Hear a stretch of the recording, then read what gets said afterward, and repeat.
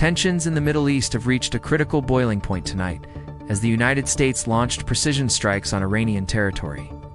Sudden flashes of light erupted across the horizon, signaling the start of a major military operation targeting the strategic hub of Kharg Island. President Trump addressed the nation from a podium, looking stern as he confirmed the engagement and the strategic necessity of the mission. The president emphasized that the strikes were a direct response to escalating threats against global maritime security and international energy markets. Aerial night vision footage captured the moment precision missiles impacted fortified military structures on the island with surgical accuracy. These strikes were designed to degrade Iran's defensive capabilities while intentionally avoiding the critical oil infrastructure that fuels the region. Kharg Island sits just 20 miles off Iran's northern coast, serving as the primary gateway for the nation's massive crude oil exports.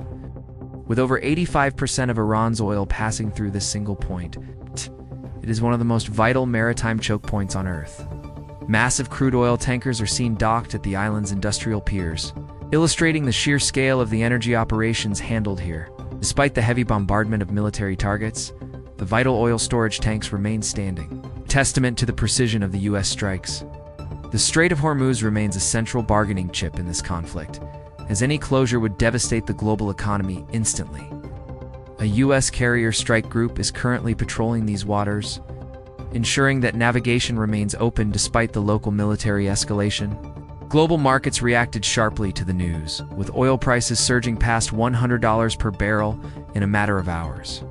The sudden spike has triggered concerns over long-term inflation and the stability of fuel prices for consumers worldwide.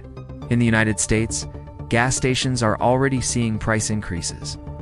While the Strategic Petroleum Reserve reaches historically low levels, empty underground salt caverns used for oil storage highlight the vulnerability of the nation's energy backup during this crisis.